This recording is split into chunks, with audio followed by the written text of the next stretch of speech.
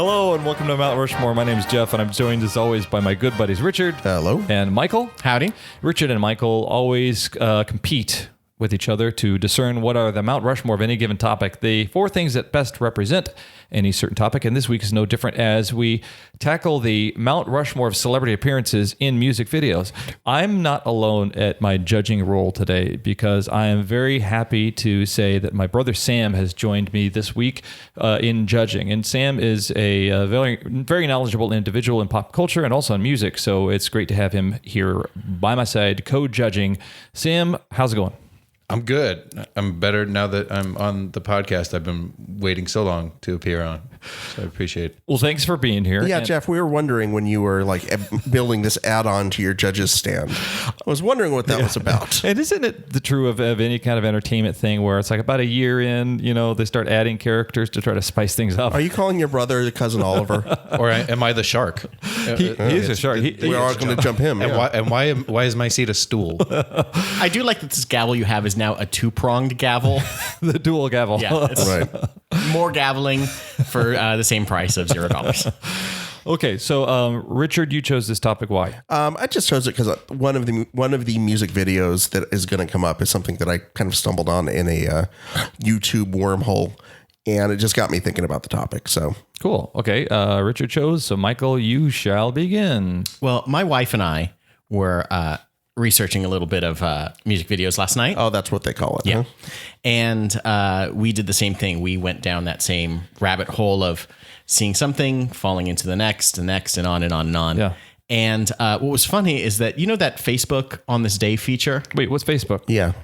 On this Facebook, I'm not even going to take the bait on that one. That's a dumb joke. On the On This Day feature, 1 year ago today, Emily and I were looking at music videos on randomly. So whatever, you know, early May is prime YouTubing for music videos. It's the official month, by the way. Official YouTubing for music videos. Yeah, that's right. I remember as a kid. It's a long hashtag, but please use it for Twitter. Right. And then now Trump has made that music video loyalty month. Yeah. Exactly. Yep. God damn it. Screwed it up again. Well, my first choice is Remember the Time by Michael Jackson featuring Oh, my. Eddie Murphy, Iman, Magic Johnson, Oh, wow. Tiny Lister, and The Far Side. He got them all.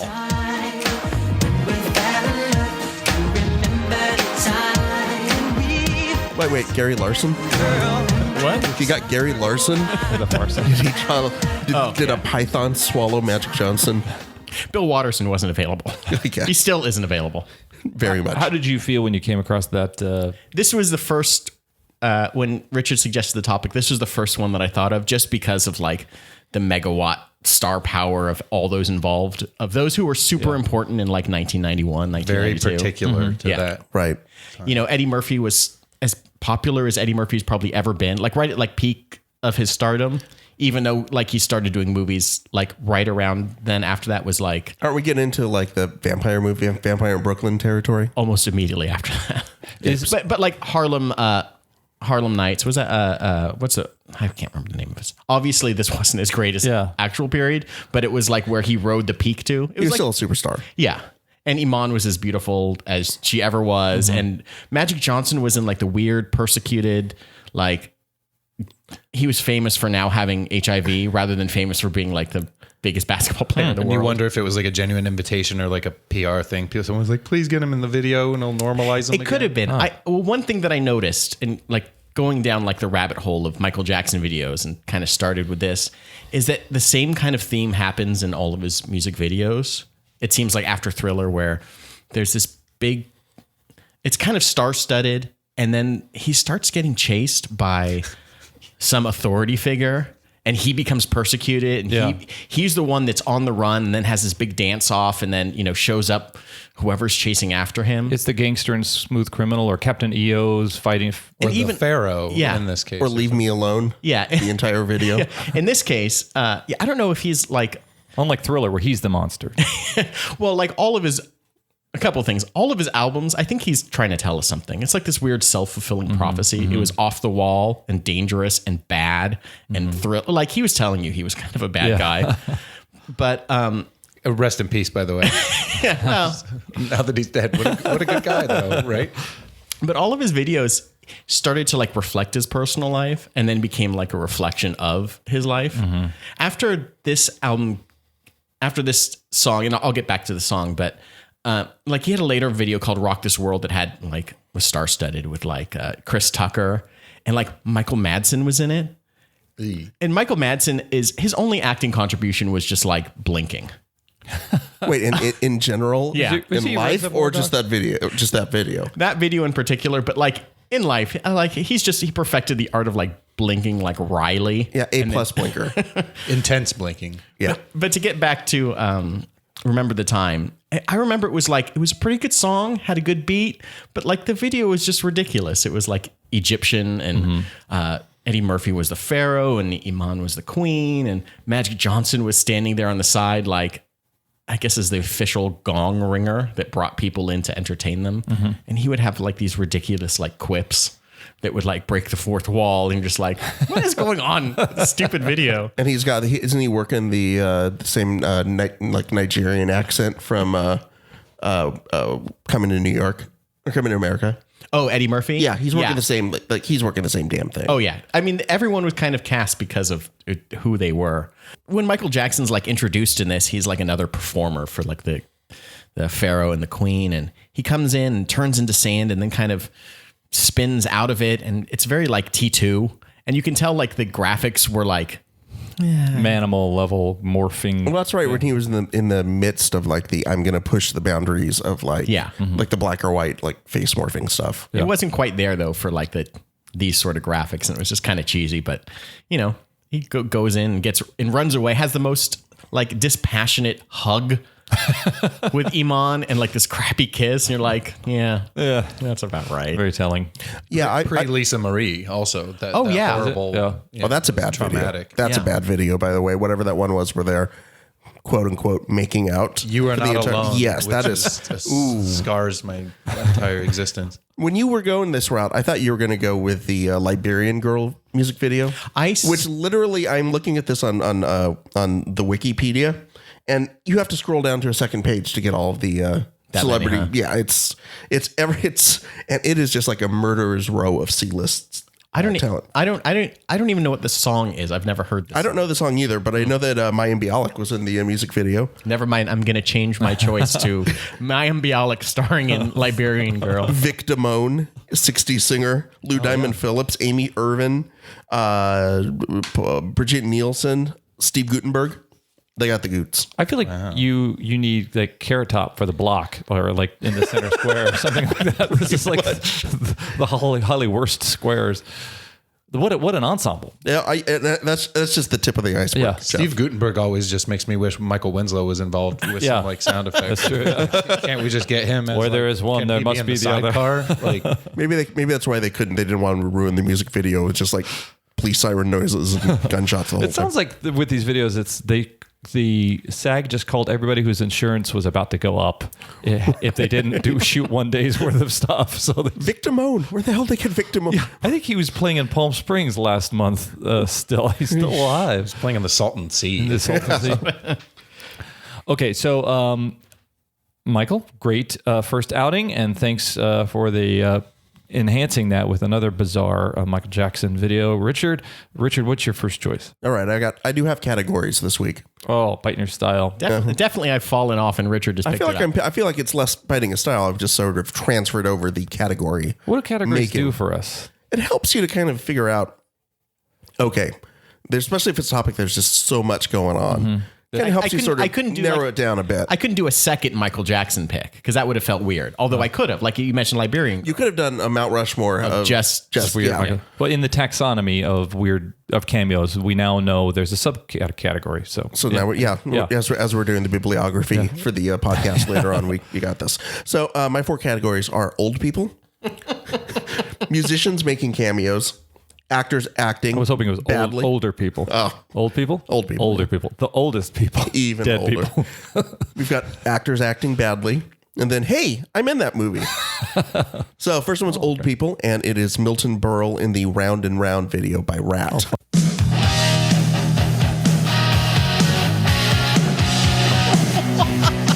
I mean, this is Such a deep pull. Yeah, this was the one that got me thinking about the topic, is it by the right? way. This is the one that got you thinking. Yeah. That's ridiculous. Uncle Milty. Uncle Milty was actually the uncle of the Rat's manager. And that's how he wound up in the music video. This is in story? No, this is in real life. Wow. IRL. Oh, IRL. As the kids say. Hashtag kids thing. But the So real, they say I think stuff. the real issue is that Rat needed management. That didn't just like sell itself. This band called Rat. With two T's. Two T's. Well, it's probably the manager The that second T got, is for talent. probably the manager that got them to add the second T, and that's why they got to be big. Yeah. Now you got it. So if you haven't seen the music video, it's stupid. At some point, there's like a real posh party, and the band sort of, I think, Shakes it up. yeah, comes in to shakes up the stuffy crowd. Just like in our previous podcast, Slobs versus Snobs, which you should all check out on iTunes. Yeah, that's just like that. And somehow there's a very shy girl who winds up turning into a rock and roll vixen by the end of it. But Milton Berle plays two roles. He plays male Milton Berle and then drag queen Milton Berle. Because hey, I don't know, why not? He didn't read his contract, is what happened. We need you to play two parts in this, and he didn't even know what the Uncle second Milty loved him some drag. He did, yeah. And that's what I was thinking is like, did he write that in? Actually, opposite. I think he there you wrote go. that into the contract. That Yeah. like, I want to do I want to do the drag queen thing. They're like, I don't know. Well, I guess if we want a big name like Milton Berle in 1983, Yeah. we better go ahead and let him do it. And they're like, we mostly dress like girls ourselves. So do you? It's okay. kind of biting into our talent here. He's Uncle Milty and a drag version. Yeah, and which of course later they decided in the MTV Music Awards one year to have him and RuPaul present an award. I remember that. And they basically almost like came to blows. Did not go well. It's not positive. Well, Uncle Milty was known to have the biggest cock in Hollywood. Oh, gigantic. Yeah. Like a summer sausage. Yeah. Yeah. Just flopping around there. What's the denouement of the Rat video? What? I don't know. One of the band members crashes through the ceiling of the fancy They dinner always party. do in the metal videos. There's always There's this- very poor reinforcement of ceilings and floors in these music videos. If you thought Love Shack had bad building code violations, Also featuring RuPaul. yes, exactly. Yeah, and then I think the very stuffy Butler winds up becoming a metalhead, like 80-year-old guy, like nice. thrashing. So that's pretty much the end of it. I remember this as a kid, and this was like a big MTV video. And looking back on it now, I'm like, why the hell did they think getting Milton Berle was going to be like, it's like 1982, 83, whatever it is. The man hadn't been a celebrity for, or hadn't been like doing anything for 20 years. There's no way that target audience gave a crap about who Milton Berle is. For some, I point made clearly that to their audience he was no big deal. But reading about Alice Cooper's affection for Groucho Marx was really interesting. Like they were good buddies. So here's the people who were in this very gothic, over the top world of performance that see in another drag women's clothes wearing person, hey, you wear eyeliner, we wear eyeliner, like kind of a kindred spirit. I know Alice Cooper found that Groucho loved him because he saw everything he was doing as vaudeville. It was these big over the top things with shticky sets and bad acting and stuff like that. So, Well, I guess apparently the guitar player Warren DeMartini wound up. There's a quote in one of the MTV books about like the band really liked talking to him because he was just telling stories about vaudeville. Yeah. And just basically, he said to them, it sounded like almost exactly what they were going through. Oh, yeah. Like coming up and being, just going, playing 2-3 shows a night and, touring around in like crappy buses or cars or whatever. So they felt like it was kindred. Kind of kindred. Yeah. And also maybe even Rat's manager, whoever said, hey, my uncle can come work on the show and didn't even say who it was, right? That's true. like on Breaking Bad, where there's just this uncle that's mentioned for a while. And it turns out to be the leader of a prison gang. Oh, that's what it is. That's Milton right. Berle. Richard, great choice. Michael, what do you got? My next one is more of a starring role, and it's Weapon of Choice by Fatboy Slim, which stars Christopher Walken in his That's good. breakout performance. Like, I think this is right in his wheelhouse of like being kind of super weird and super able to do anything. Yeah.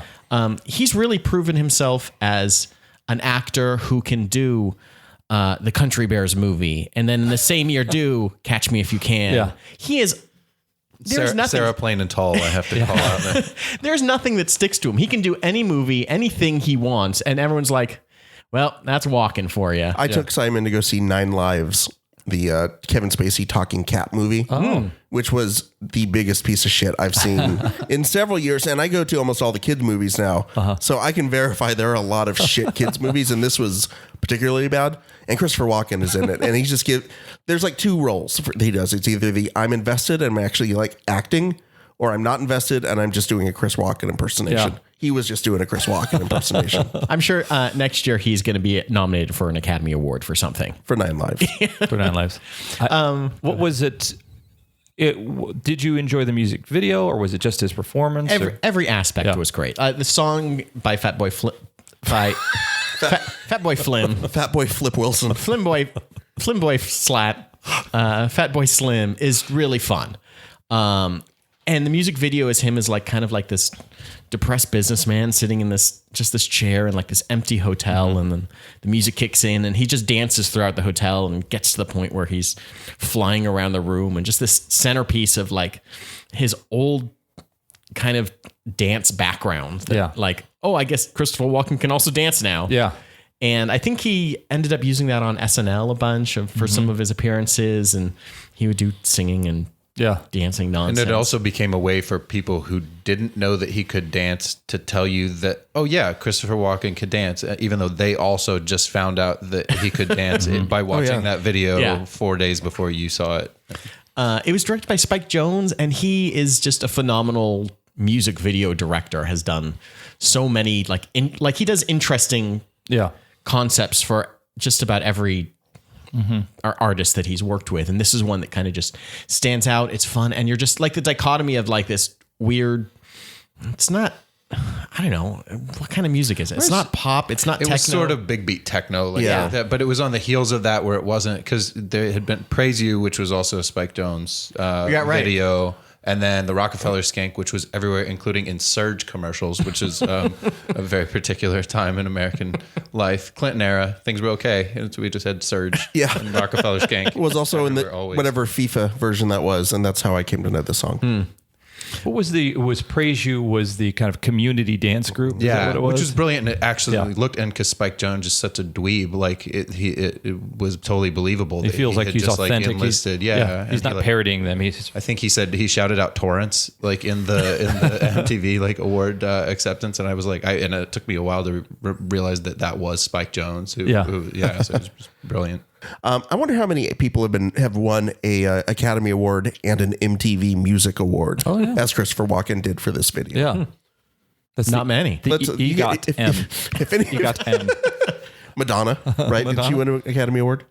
No, A League of Their Own. I'm kidding. She should have. She should have. She was at least nominated, but probably for the music best for song, Evita. Vita or something. Yeah, that counts. Hey, that counts. At close range. There's only 2 things keeping us from halftime. Richard's next choice and a thing that I can't think of. Go for it. Cool. All right. So my next choice is musicians making cameos, and it is Paul McCartney in the "They Don't Know About Us" video by Tracy Ullman. I love that so much. You're winning so far. So it's an incredible song. First off, written by the great Christian McCall. Yeah. And then covered a couple of years later by Tracy Ullman, who had a role in the movie "Give My Regards to Broad Street." The Paul McCartney piece of shit. Was Bowie, or there was a Billy Idol looking guy in that movie too, like a punk kind of guy too? I'm sure there was. You have the knowledge. I'm just talking bullshit. I'm sure there was, Jeff. I don't know. That would require me to have actually watched Give My Regards to Broad Street in the last. Well, let's cue it up. Let's go to the clip. All right, guys. We take a break. We're going to come back after the movie. Watch 2 hours of Paul McCartney looking for a lost tape. This is Broad Street Cast, where we watch Give My Regards to Broad Street and Minutes. comment on it. Broad Street Minute. The worst podcast ever. This was an endearing video. Why did you like it? Oh, I like I said, first off, I love the song. And then it's just such a random like cameo at the end. It doesn't really have anything to do with the video necessarily. It's just sort of like her dream of running off with Paul McCartney. Yeah. And, back in where this was again, like 82, 81, something like that. It was still like getting Paul McCartney in a music video was like Yeah. a really big deal. It's not like that it was Ringo or something. Yeah. If it was Ringo, I'm like, oh, that's fine. I guess he didn't have anything better to do that week. Pete Best catered the video, He did. the former Beatles drummer. But Paul McCartney was still like, I remember being a kid seeing like, oh my God, they got a Beatle to be in this video. Yeah. Wow. So it was such like a big get. And it's just, he doesn't do anything other than just be Paul and kind of look at the camera and shake his head. And he's just still a fucking Beatle. I mean, that's just, he plays the role of Paul McCartney is what he's playing, which I believe he has played since 1962 or whatever. Yeah. And it's still probably, unfortunately, kind of hemmed into playing this day because there's no way he can be like that all the time. And it's so, Paul McCartney also in the Coming Up music video. Oh, that's a great video. That's a great video. And he plays so many iterations of a rocker. One kind of the Buddy Holly-esque version. Buddy Holly, Neil Young, the guy from Sparks, which is my favorite.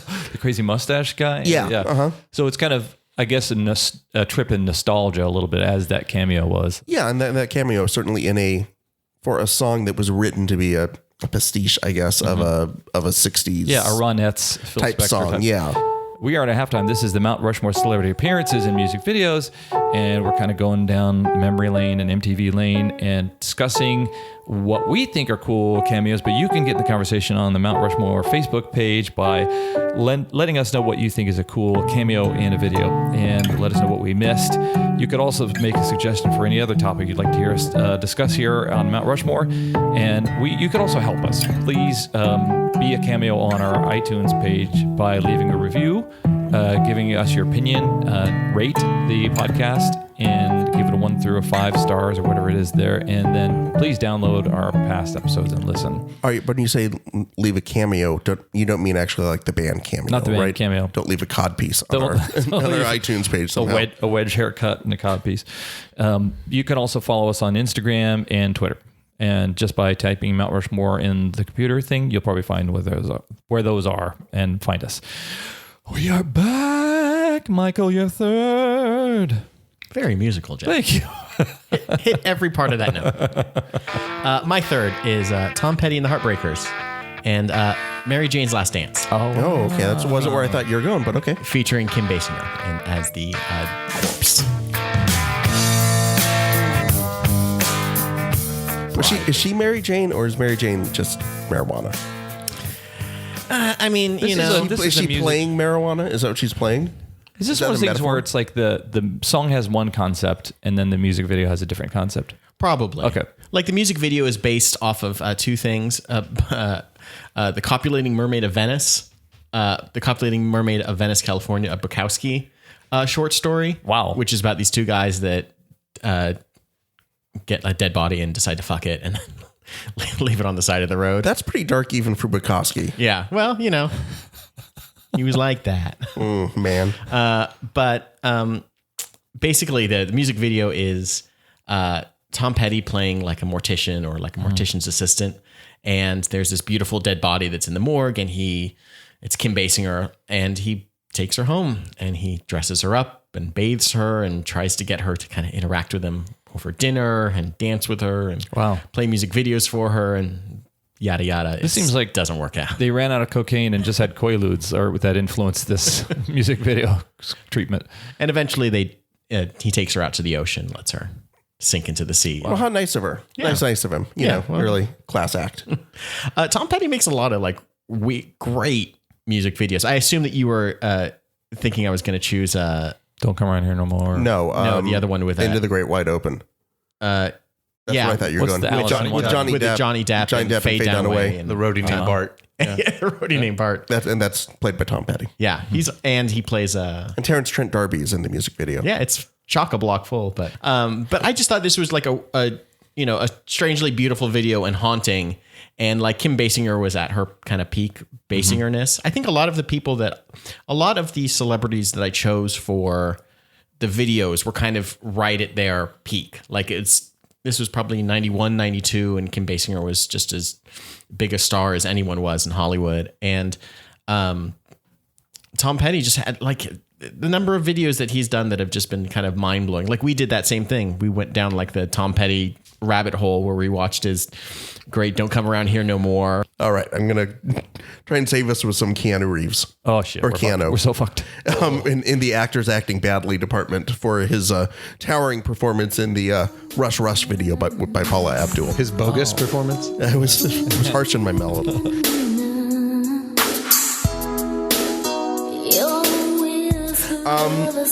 Wherein Keanu Reeves is acted off the screen by Paula Abdul, who previously had been acted off the screen by DJ Scat Cat. We watched this movie last night, or this video last night too, and I want to see the movie that they're in more than this video. Because there's something. Did you see the version that had like the long version that had like the minute and a half? I don't know what that was at the beginning, where he's just like, "This sucks, dude. Look at my parents. I don't want to be that guy." Grow up like there's like a minute and a half short little mini movie before that. Totally unconnected to the rest. Oh, really? Of the It movie. seems like it's completely unconnected. They're like at a police station and they're being interrogated individually, and I don't know what the hell she's talking about. He's talking about his parents and how bogus they are and all this stuff. And then it goes into the music video, which is basically a straight ripoff of what's that James Dean movie? Rebel Without a Cause. LA Confidential.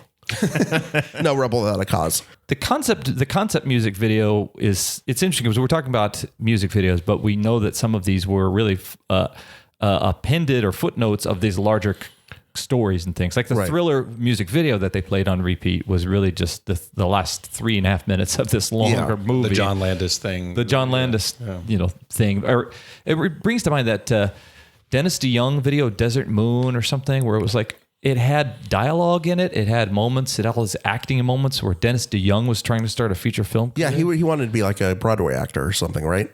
I think he wound up doing some Broadway after. I know, like Mr. So this some of these Mr. Roboto had like a long form version too. It was right? essentially a stage musical that was performed by rock musicians, but these people thought that they could parlay that into an actual feature film career. It had been a while since like Quadrophenia and stuff, so people thought they were going to like fill that void with like Madonna, like a prayer was this ridiculous sort of persecution story, and there's always be with a celebrity cameo of Danny Aiello, who later, and I tried to find this and I could not find it. And God, I hope I can find this before the show goes up.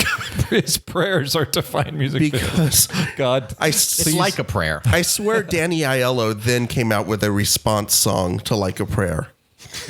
Really? I looked for it. It was the movie Moonlighting.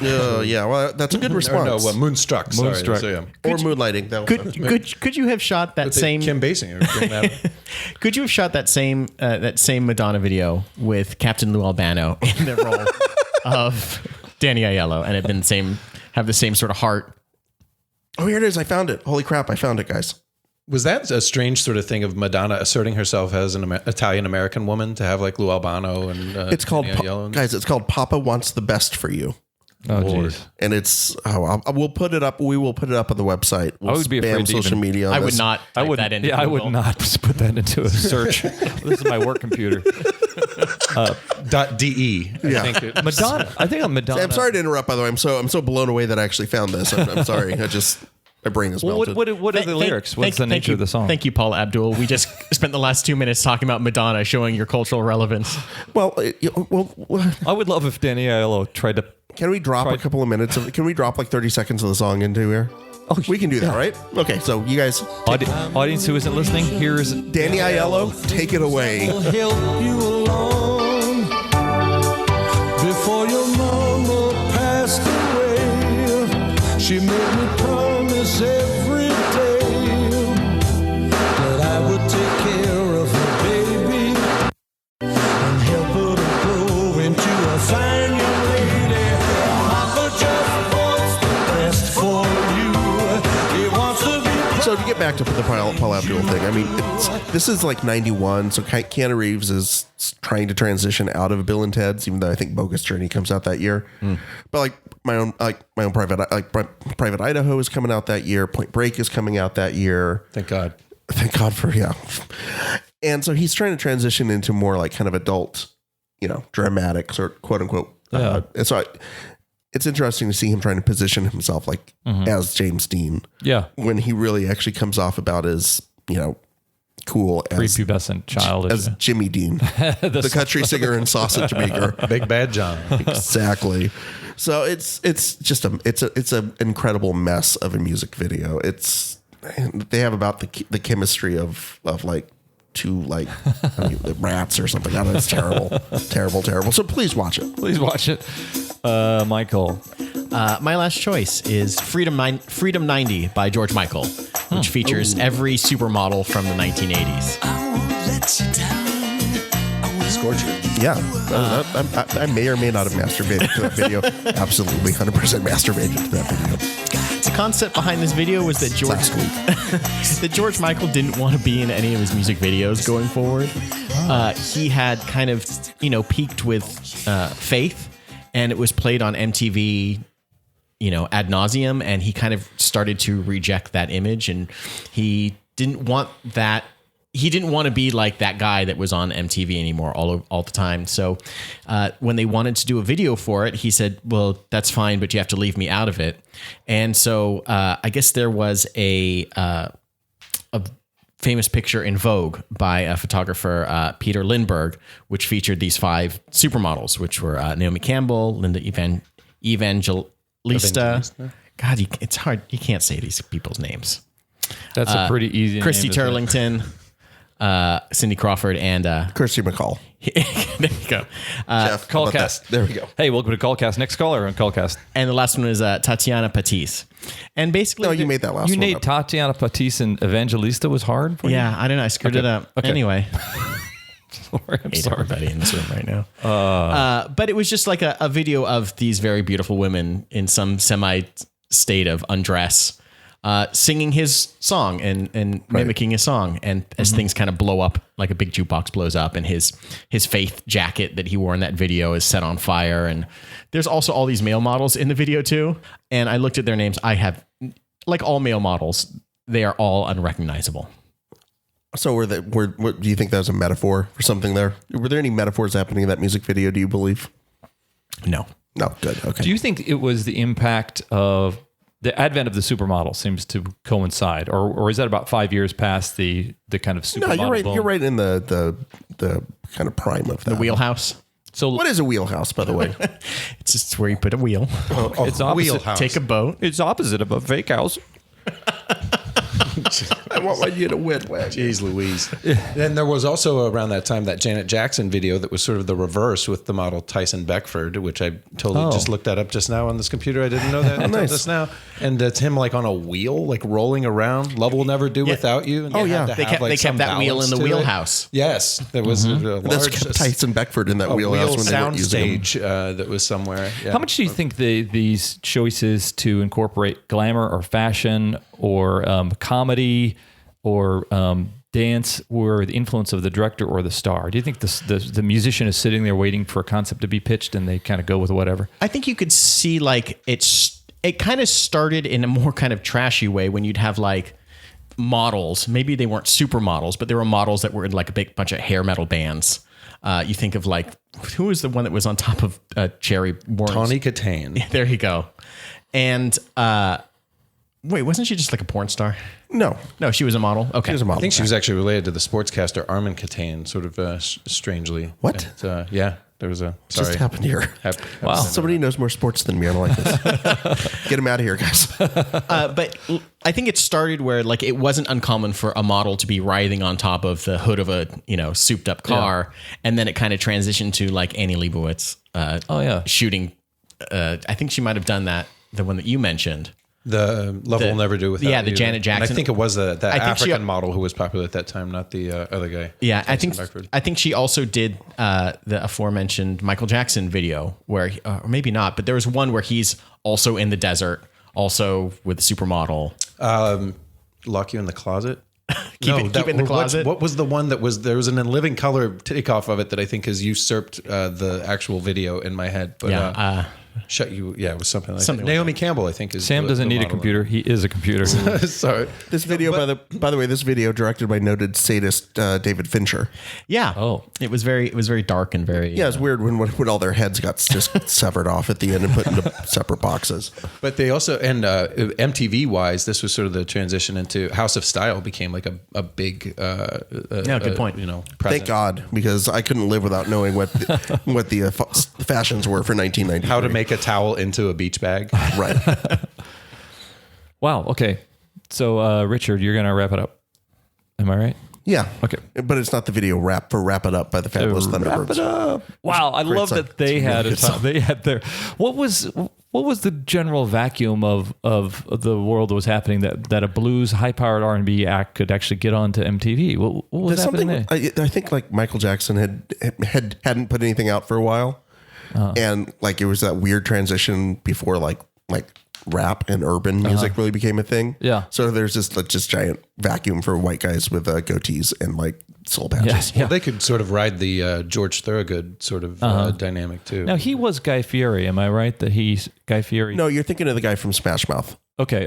Sorry. It's all the same guy. They're all the same. Scott Weiland was Eddie Vedder, I think, for some period. There was only one goatee back then, and it went from face to face. Just passed it around. Passed it around. From generation to generation. My last choice is in the hey, I'm in that movie category. And I actually, Michael and I did discuss this before we did the episode, that we weren't going to include like just clips from a movie. But if someone from the movie then was part of the music video, that's different. And so I'm going with Ally Sheedy for the music video for Who's Johnny by El DeBarge.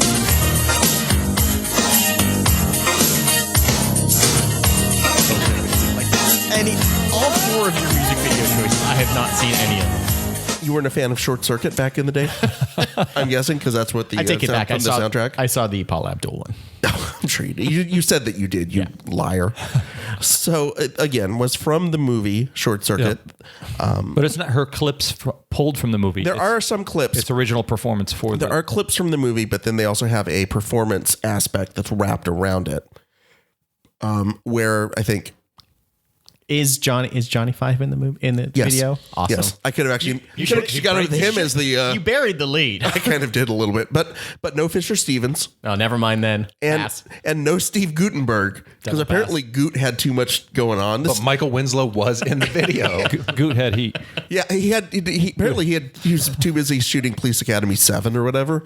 So instead they have a cardboard cutout of Steve Guttenberg that's in the music video. Wow. Because The Gutenberg Press is what they used to make it. good night, everybody. Killing we can't it. top that. Can't top that. Let's give all 4 points to Sam. Yeah, pretty much. No, the only thing I think about that is that's what comedy was in the 80s because cocaine. Yeah, because cocaine. So the whole music video appears to be some sort of trial that involves Johnny Five possibly being put up on trial for various shenanigans, although it's a little unclear. And El DeBarge is one of the people who's on the stand as a witness for him or against him. It would be great. It's a if little he was, unclear. going against him, It's a little unclear, actually. persecuting Johnny Five. And Ally Sheedy is there, as I don't know if she's playing Ally Sheedy or playing the role. It's like a bad like high school production of a music video. It's Johnny Five does wacky pranks like he replaces the prosecutor's glasses with Groucho glasses when she's not looking. And if you're asking if it's a female prosecutor, does she have her hair up in a bun? And then by the end of the music video, like shake it out and she's gorgeous? Yes, absolutely. El DeBarge may be playing the same role that Fisher Stevens played, possibly. Okay. Which would make about as much sense racially as Fisher Stevens playing the role that Fisher Stevens played in that movie. He was, if you remember, he was playing an Indian gentleman, and Fisher Stevens decidedly not Indian. El DeBarge is Spanish for the DeBarge, and the DeBarge is kept in the wheelhouse. It really is. So, and again, this tells you relative levels of fame, or maybe it's just whoever was doing what at the time. But in 1986, Steve Guttenberg way too good to be doing, El DeBarge movie or music videos. But by 91 or whatever, totally got the time to do a Michael Jackson video. Came back around. Yeah, it all comes back around, boys. Wow. So some really fun discussion. Was it? No, I'm just lying. No, lying.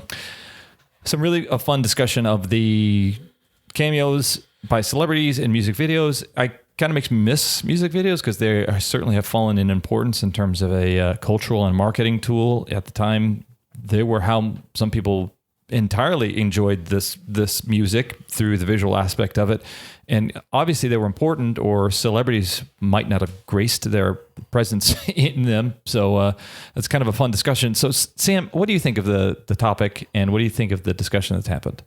I also miss being a kid from the Midwest, the important broadcast medium that was MTV. Even though you would get sick of seeing the video for Remember the Time 73 times in the course of a day.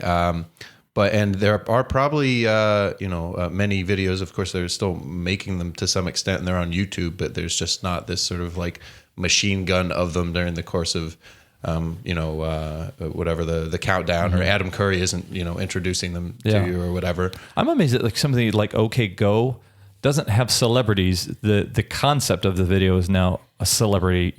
I'm trying to think of something. Well, they're like celebrities for Rube Goldberg is a celebrity. And then where does that land them? They get on like Sesame Street is like how they like make it. There's some like validation to that even, but is that an ascension? Is that bragging they got on Sesame Street, or is that like that? How does that in a good way that since MTV is no longer this marker of relevance, that actually Sesame Street, even for like the cool dudes, and I have like read about this a couple places that they actually like really enjoy being invited to do that. And I'm not even sure how the late night TV appearances work anymore, but it's yes, I'm wistful, I must say, hearing about these videos, even the ones that sound just brutally terrible, but like and also that exposes this weird world of Hollywood, which I think used to be a situation sort of in DC too, of that nobody knows that all these people just sort of know each other and go to weird parties and bar mitzvahs and coincide and go, hey, we're doing like a video tomorrow, do you want to be there? And so and so is the other guy's uncle, and so for that reason I think it's a good and worthwhile overview, and also maybe exposes that it's good that MTV's existence as music television has diminished because there is not as wide of a base of these terrible videos. So hopefully the ones that are being created are worth it. Sam and I have gone into our judges' chambers. I think me and Sam is the actual.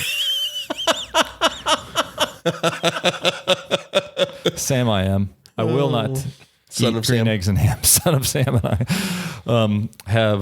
I we have deliberated, and we have come up with some choices.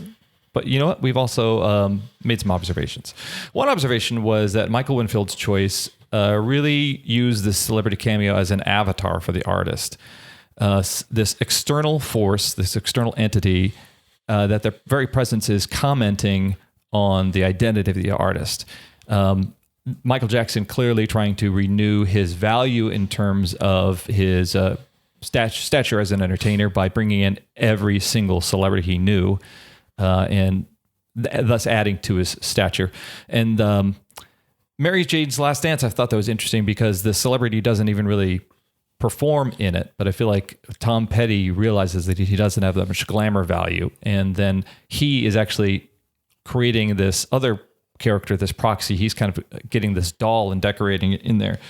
And in two of these cases, the celebrity doesn't appear. In Weapon of Choice and in Freedom 90, for the most part, they are allowing these other people to take their presence. So the singer doesn't even really kind of take center stage. So I thought that was interesting.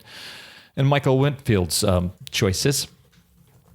And then I thought in Richard's choice, it was interesting that the cameo seemed to serve as a force multiplier and an enhancer of the identity of the singer or musician. Bringing a celebrity like Milton Berle in there, somebody who, like Milton Berle, is part of the history of entertainment, helps raise the stature of these people who are kind of new and part of a new genre of entertainment in heavy metal. Newcomer Tracy Ullman bringing in a gentleman who probably had risen to the top of the rock and roll game more than anybody else, like Paul McCartney. And the cinematic elements that were brought in Rush, and Who's Johnny by bringing in movie stars such as Keanu Reeves and Ally Sheedy. So I loved how these artists were able to kind of amplify the force and impact of the music video by bringing in the cameo. So we have made some choices in very careful deliberation. And a point goes to Remember the Time for just sheer volume of cameos. That was a good choice just to kind of get the most ever cameos. He was trying to reconstitute the Jackson 5 with just 4 other people. Totally. So, Tito and Jermaine wouldn't show up. So they're trying to go with compete with the Ghostbusters music video for most random celebrity cameos. You know what's funny? Because you remember this wasn't random, but like remember when Chevy Chase thought he was invited to be in every single music video that I thought Paul Simon was singing that song when I was a kid. I thought that was a great Chevy Chase song. That bit where he puts the drink into like the bongo holder and it just falls right through. It kills me every time. He does it twice. He does the same thing with a flute. Oh, really? Yeah, so Chevy Chase, hack. Hey, if something's funny the first time, it's even funnier the second time. It was like that foreshadowed Carrot Top, I think. And then Mary Jane's Last Dance, just because of the spirited discussion that comes around it. So a point for Michael Winfield and another point for Michael Winfield. And then old people, Milton Berle, found in Round and Round by Rat. Mr. Manfredi gets a point for that. And musicians making cameos, Paul McCartney, and They Don't Know About Us. There's a point for that. And we're also going to give Christy McCall a point. Rest in peace. This has been Mount Rushmore. I'm Jeff. I'm Sam. I'm Richard. I'm Michael.